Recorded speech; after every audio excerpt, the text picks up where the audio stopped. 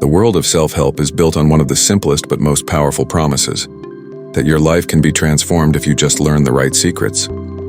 From glossy book covers to viral motivational speeches, the message is always the same. Success, wealth, happiness, and freedom are just one step away. The only thing you need is to listen, to read, or to absorb the wisdom of those who claim to have cracked the code. It's an irresistible idea. Who wouldn't want a shortcut to success? Who wouldn't want to believe that years of struggle, uncertainty, and trial and error can be avoided simply by adopting the right mindset or following the right strategy? That's why self-help has grown into one of the most profitable industries in the world.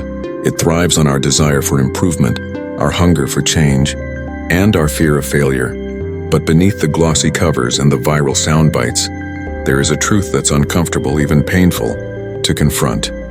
Most self-help advice doesn't actually work the way it's promised. And it doesn't fail because people aren't trying hard enough, or because they're not motivated enough. It fails because the system itself is designed to give you the feeling of progress without the reality of progress. It's designed to keep you coming back, not to set you free. Think about the last time you watched a motivational video. For a few minutes you felt unstoppable. The speaker's energy was contagious. The background music built into a crescendo and the words cut straight into your imagination. In that moment, you saw yourself living a different life, confident, successful, admired, and fulfilled. You walked away from the video believing you were closer to becoming that person. But then, reality returned. Hours later, or maybe the next morning, that fire had faded. The dishes still needed washing. The bills still needed paying. The same problems that weighed on you yesterday were waiting for you today. Nothing had changed except for that fleeting emotional high. And so, without realizing it, you searched for another video, another speech, another hit of motivation. You didn't move forward, but you felt like you had. That's the trap. That's the success illusion. The truth is, real progress never feels as exciting as those motivational moments. Real progress is slow, unglamorous, and filled with frustration. It's getting up early to put in an hour of work when no one notices. It's repeating the same skill 1,000 times until you finally start to improve. It's enduring failure after failure without applause and pushing through boredom, doubt, and discouragement. That's not something most people want to hear, and it's definitely not something that sells. So instead, the self-help industry feeds us slogans. Believe in yourself. Think positive. Visualize success.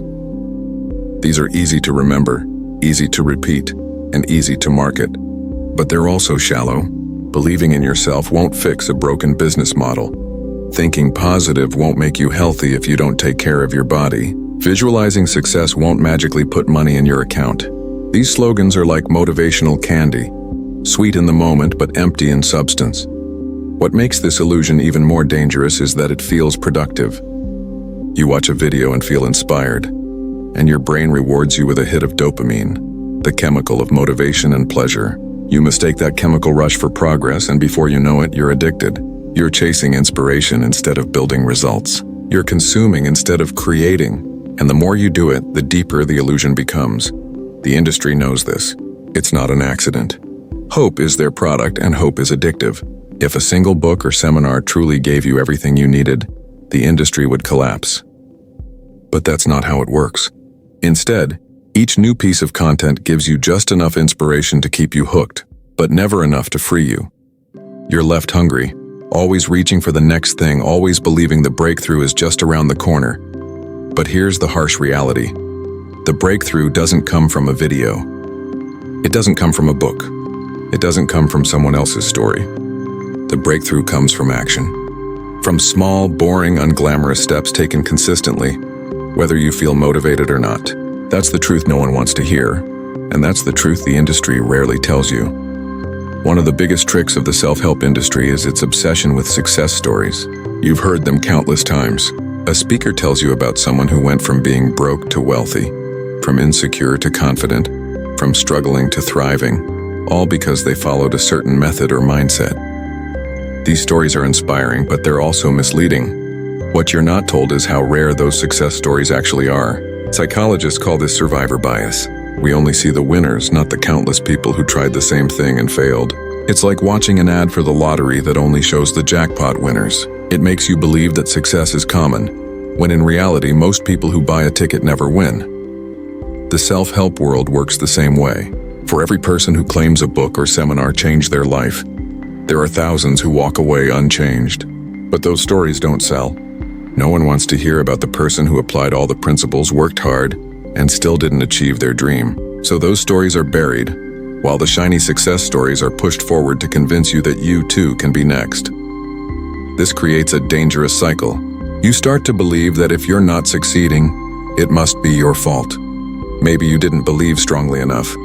Maybe you weren't positive enough. Maybe you didn't apply the principles correctly. The blame shifts from the system to the individual, and you're left feeling guilty, inadequate, and desperate for another fix. And of course, the industry is right there, ready to sell you the next program, the next seminar, the next solution. The illusion also thrives on repetition. Think about how many times you've heard the same phrases. Change your thoughts. Change your life. Your mindset determines your future.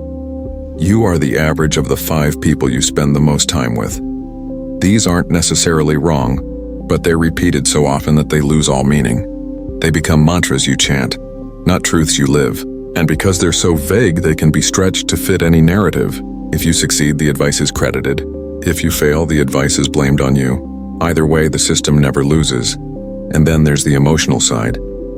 Motivation is powerful because it doesn't just speak to your logic. It speaks to your feelings. It makes you feel hopeful, excited, and alive.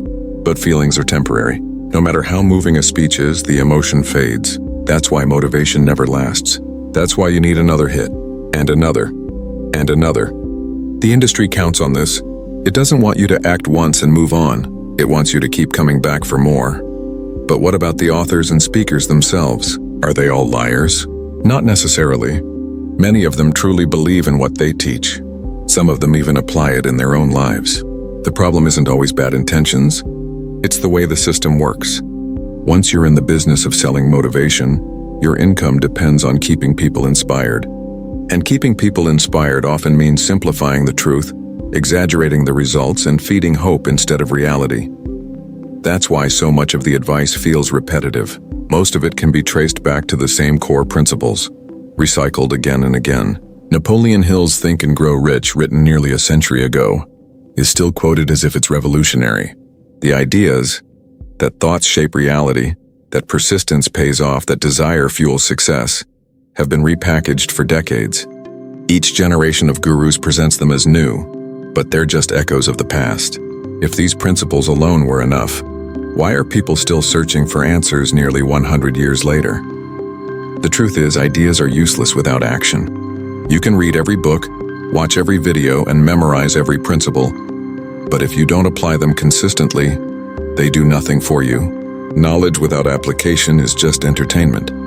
And that's what self-help often becomes, entertainment disguised as education. It feels like you're learning, but in reality you're just consuming. This is where the line between inspiration and exploitation becomes thin. On one hand, motivation can spark you to take a first step. On the other, it can trap you in endless preparation, making you believe that consuming is the same as creating. And that's where so many people get stuck. They spend years watching, reading, and listening, always preparing, never doing. They mistake the map for the journey, the speech for the work, the idea for the reality.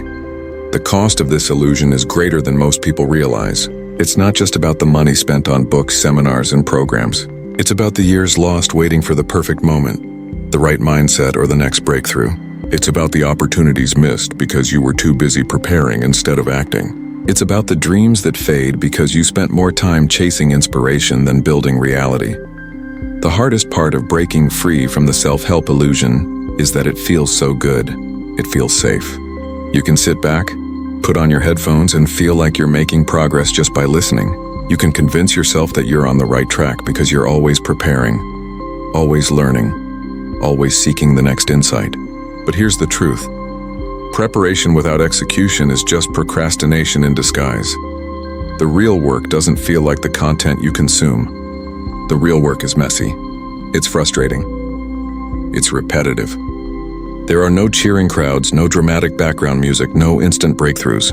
Real progress happens quietly, in the small, unremarkable moments when you choose to act instead of dream. It's when you write the first page of the book you've been talking about for years. It's when you record the first video, make the first call, or apply for the first opportunity. None of it feels glamorous in the moment.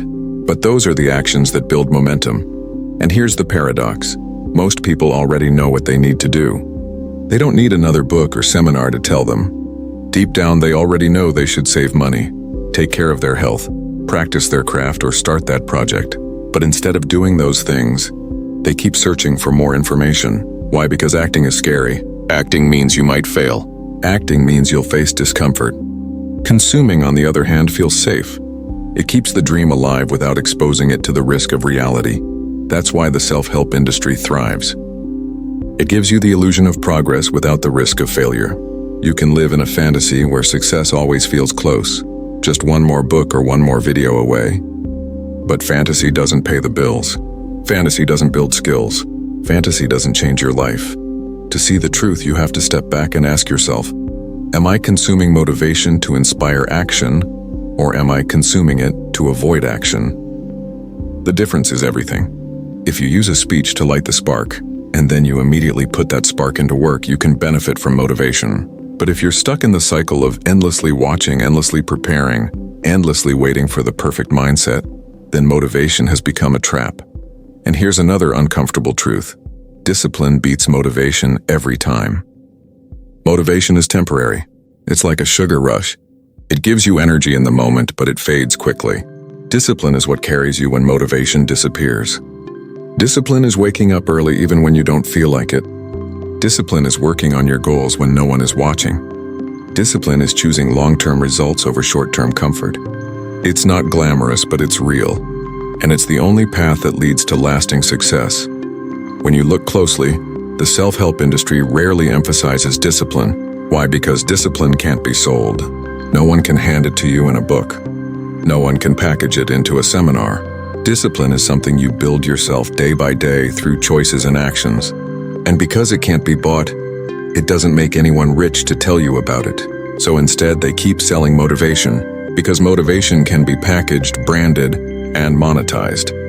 The irony is that the people you admire, the successful entrepreneurs, the athletes, the creators, didn't get where they are because they consumed endless motivation. They got there because they acted relentlessly, often without feeling motivated at all. They built routines, systems, and habits. They failed repeatedly, learned from mistakes, and kept going. They did the work when it was boring, when it was painful, and when no one believed in them. That's the side of success you don't hear about in the highlight reels.